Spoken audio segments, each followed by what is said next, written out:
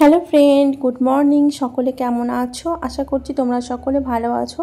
তো একটা বৃষ্টি ভেজা, রোদ ঝলমলে নয়, বৃষ্টি ভেজা সকালে তোমাদেরকে সবাইকে গুড মর্নিং জানিয়ে আজকের ব্লগটা আমি শুরু করছি। তো সকালে এখন বেজেছে ঘড়িতে প্রায় 8:30 ওভার, 8:45 বাজতে যায়। আর এখন আমি কি করছি বলো তো, সকালবেলা ঘুম থেকে উঠে আমাদের সমস্ত কাজকর্ম বলতে এই ফ্রেশ হয়ে নিয়েছি, চা খাওয়া হয়ে গিয়েছে, সকলের জলখাবার খাওয়া হয়নি কিন্তু চাটা খাওয়া হয়েছে। আর এপাশে মেয়েরা পড়তে বসেছে।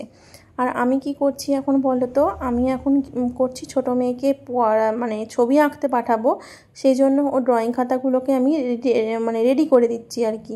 কী সব উল্টোপাল্টা বলে ফেলছি আজকে।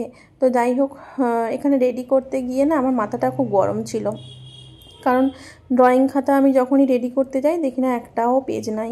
কি করব, মেয়ে কি করে ড্রয়িং করতে যাবে? তো সেই জন্য আমি ভাবলাম যে ড্রয়িং খাতা কিনে আনতে হবে, তারপরেই ও ড্রয়িং করতে যেতে পারবে। আসলে যেখানে ড্রয়িং করতে যায় ওইখানে খাতা কিনতে পাওয়া যায়।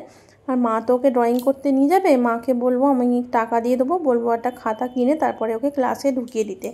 তো সেই জন্য আমি দেখছিলাম যে আরও খাতায় যদি পেজ থাকে, মেয়ে বলছিল দেখো ও তো ছবি এঁকে নষ্ট করে, যদি কোনো পেজ থাকে।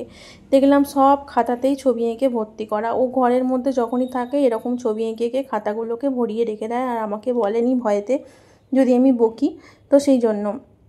আর এখানে দেখো আমি মাথা খুব গরম আছে বলে রাগে জলের বোতলটা ভর্তি করছি, ওর ব্যাগ গুছোচ্ছি। কি করব, আমার খুব গরম হয়ে যাচ্ছে মাথা, কারণ এই ড্রয়িং আঁকতে যাবে। এখন যদি পেন্সিল না খুঁজে পাই, খাতা না খুঁজে পাই, রেজার না খুঁজে পাই, ও শুধু বার করে কোথায় রেখে দেয় আমি খুঁজে পাই না। এই ঘরের মধ্যেই কোথায় রাখে তাও আমি দেখতে পাই না। তো ওই জন্য মাথাটা খুব গরম হয়ে যায়, মাঝে মাঝে ওকে বকাঝকা দিই। তো শেষমেশ পরে ঠিক হয়, কিন্তু সেই সময়টার জন্য খুব মাথা গরম হয়ে যায়। আর বৃষ্টি ভেজা ওয়েদারে আজকে আমি রান্না করব কিন্তু মাছের ঝোল। তো তোমরা পুরো ভিডিওটা দেখতে থাকো, আশা করছি তোমাদের ভালো লাগবে। তো দেখো, তারপরে মেয়েকে স্কুল পাঠাবো বলে ওই চুলটা আমি বেঁধে দিচ্ছি খুব সুন্দর করে, একটা ঝুঁটি বেঁধে দিচ্ছি। আর ওর মুখটাও দেখো কেমন ভার হয়ে আছে, জানে আমি রেগে গেছি তো যদি আবার বকি। আর তো কিছু খায়ও নি আজকে, ছাতুও খাওয়াতে পারিনি, বলছে ছাতু আমি খাবো না, ছাতু খেলে নাকি ভাল লাগে না, সব সময় প্রত্যেক দিন স্কুলে খেয়ে যায় বলে আজকে রবিবার, আজকে ছাতু খাবে না। আজকে সানডে, আর সানডে হলেও কিছু করার নেই, আজকে সেরকম কিছু হবেও না বাড়িতে, কারণ আজকে হলো গিয়ে একাদশীর জন্য কিছু মাংস টাংস বাড়িতে হবে না।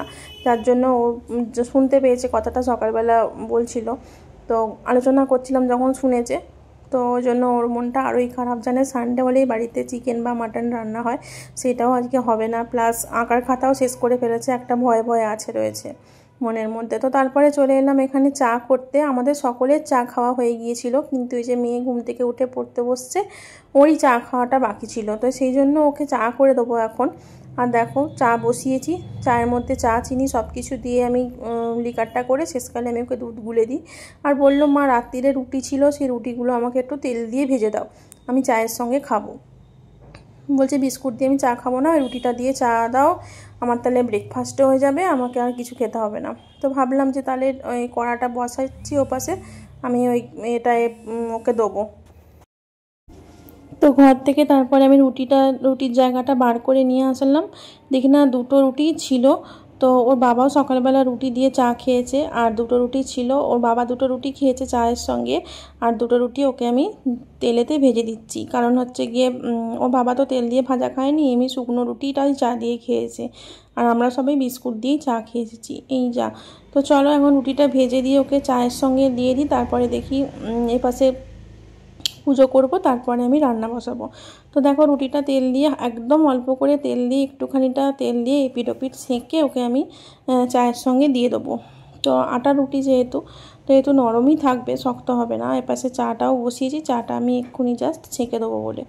তো ওপাশে ওয়েদারটা না খুব মানে একদম মেঘটা অন্ধকার করে এসেছে, যেন মনে হচ্ছে এক্ষুনি বৃষ্টি হবে এরকম ভাব।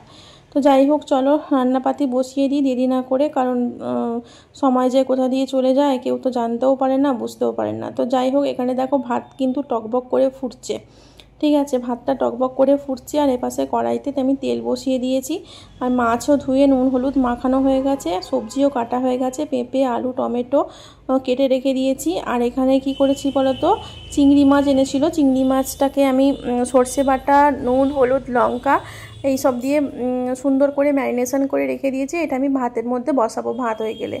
ওটা মাছ ভাতে হবে আর কি, ভাতের মধ্যে বসিয়ে দেবো, ভাতের ভাপেতে ওটা সেদ্ধ হবে। তো ওটা গরম ভাতের সঙ্গে খেতে দুর্দান্ত লাগে। চিংড়ি মাছ আমরা এইভাবেই ভাতে দিয়ে খাই। আর এর পাশে দেখো মাছটা আমি ভাজা বসিয়ে দিচ্ছি। মাছটা কি করব, আলু দিয়ে, পেঁপে দিয়ে, টমেটো দিয়ে একটু পাতলা করে আদা জিরে বাটা দিয়ে একদম পাতলা করে মানে ঝোল করব আর কি, মাছের ঝোল করব, মানে কষা কষা নয়, মানে একটু পাতলা পাতলা ঝোল করব। তো ভালো লাগবে খেতে, খুব সুন্দর লাগে, আমার তো এই ঝোলটা খেতে ভীষণই ভালো লাগে। আর খানিকটা চিংড়ি মাছ রেখে দিয়েছি, ওই ভাজা করে একটু তেঁতুল দিয়ে টক করব। তার সঙ্গে একটু পোনা মাছও দিয়ে দেবো, মানে কাতলা মাছও দিয়ে দেবো টকের মধ্যে, বেশ ভালো লাগবে। তো যেহেতু আজকে রবিবার সানডে ছুটির বাজার, আজকে মাংস টাংস হয়নি আর একাদশীর বাজার, সেই জন্য এইভাবেই আমি রান্না করছি। আর এ পাশে রাস্তাটা দেখো, তোমাদেরকে দেখাচ্ছি যে বৃষ্টি এক্ষুনি আসবে, প্রচণ্ড জোরে একটা বৃষ্টি আসবে। তো একদম আকাশ কালো হয়ে গেছে, রাস্তায় গাড়ি ঘোড়াও কম চলছে। যখনই দেখবো এরকম থমথমে পরিবেশ, তখনই দেখি না গাড়ি ঘোড়াও রাস্তায় খুব কম চলে। তো যাই হোক, এখন ঘড়িতে প্রায় 12টা বাজতে যায়। মেয়ে ছবি আঁকার স্কুল থেকে চলে এসেছে, এসে ও দেখো এখানে খাতা নিয়ে আবার বসেছে কি সব ছবি টবি আঁকবে বলে। আর এখানে কিন্তু বিছানা তুলবো, এখনও ঘর ঝাঁট দেওয়া হয়নি, এগুলো আমি করে নেবো আর কি, তরকারি হতে হতে এগুলো আমি করে নেবো। তো ওকে বলছিলাম স্নান করতে যাওয়ার জন্য, তো স্নান টান করে আসলে ও ঠাকুরের পুজো দেবে, স্নান করে এসে তারপর ওকে ভাত টাত খাওয়াবো। তো এই যা, আর এখানে আমার ভাত হয়ে গেছে বন্ধুরা। ভাত হয়ে যাওয়ার পর ভাতটা উপর দিয়ে দিয়েছিলাম, তারপরে এই যে দেখো তুলে বসিয়ে দিচ্ছি। আর এই যে ভাতটা তুলে বসিয়ে দিলাম না, ভাতটা সুন্দর করে একদম হাঁড়িটা নাড়িয়ে চাড়িয়ে রেখে দিচ্ছি। আর এর মধ্যেই আমি চিংড়ি মাছের বাটিটা খুব সুন্দর করে বসিয়ে দেবো। আর এই গরম ভাতের মধ্যে চিংড়ি মাছটা খুব ভাপে সুন্দর সেদ্ধ হয়ে যাবে। আর সর্ষে বাটা আছে, একটা দারুণ ব্যাপার চলে আসবে, ঝাঁঝালো, খুব সুন্দর আর কি লাগে। যাই হোক, তো দেখো এইখানটা রেডি হয়ে গেছে আমার ভাতটা পুরো। আর এটা বাটিটা বসিয়ে দিলাম, তো রেডি আমার চিংড়ি মাছ ভাতে 1-2 ঘন্টা থাকলেই হয়ে যাবে।